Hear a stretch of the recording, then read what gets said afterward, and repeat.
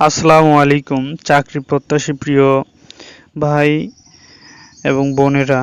আজকে আমি যে চাকরিটি আপনাদেরকে চাকরি বিজ্ঞপ্তি সম্পর্কে বলবো সেটি হলো বাংলাদেশ রেলওয়ে।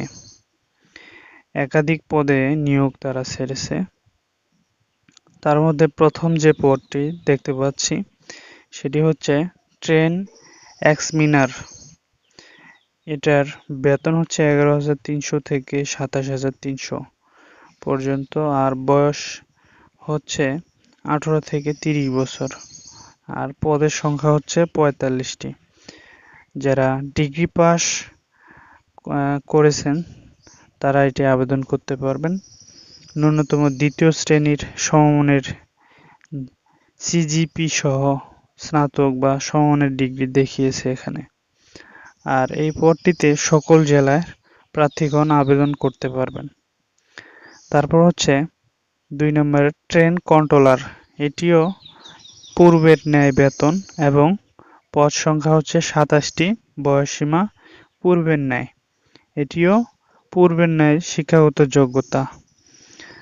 তৃতীয় নম্বরে যেটি আছে ট্রাফিক অ্যাপ্রেন্টিস। ট্রাফিক অ্যাপ্রেন্টিস, এটার বেতন হচ্ছে 10,200 টাকা থেকে 24,680 টাকা পর্যন্ত। পদ সংখ্যা 18টি, বয়সসীমা পূর্বের ন্যায়, শিক্ষাগত যোগ্যতা পূর্বের ন্যায়। 4 নম্বরে যেটি আছে ট্রেড অ্যাপ্রেন্টিস। এটি এই পদের বেতন হচ্ছে 8,250 টাকা থেকে 20,010 টাকা পর্যন্ত। এটার পদ সংখ্যা একটু বেশি দেখতে পাচ্ছি, 248 জন নিবে তারা এই পদে। আর বয়সসীমা পূর্বের ন্যায়।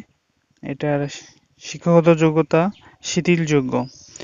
এটি দেখানো হচ্ছে এসএসসি সর্বনিম্ন সমমানের পরীক্ষায় উত্তীর্ণ হতে হবে প্রার্থীকে। আর পূর্বের ন্যায় সকল এই পদগুলো যেগুলো 4 নম্বর পর্যন্ত তারা দিয়েছে, তো সকল জেলার প্রার্থীগণ এই পদগুলোতে আবেদন করতে পারবেন। আবেদনের যেসব কাগজপত্র লাগবে সেগুলো উল্লেখ করা হয়েছে নিচে। তো আমি একটু শর্টকাটে বলছি। তো এখানে 18 থেকে 30 বছরের মধ্যে অবশ্যই হতে হবে আপনার বয়স। এজন্য 2024 সালের জুলাইয়ের 1 তারিখে আপনার তারিখটি অবশ্যই যাচাই করে নেবেন 18 থেকে 30 বছরের মধ্যে আছে কি না।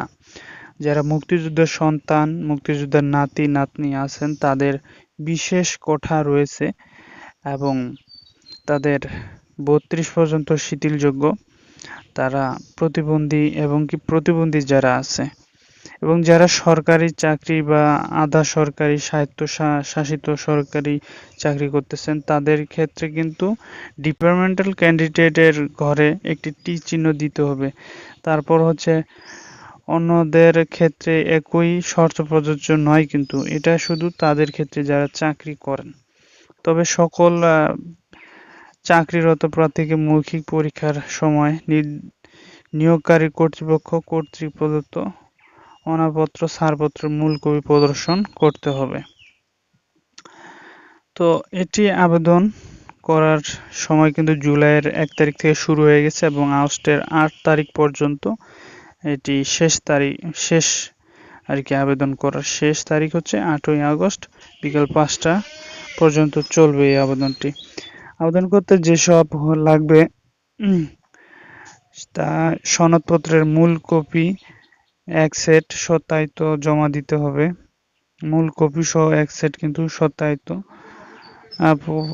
দিতে হবে। অ্যাপ্লিকেশন ফর্ম সহ সত্যায়িত 1 সেট ফটোকপি দাখিল করতে হবে।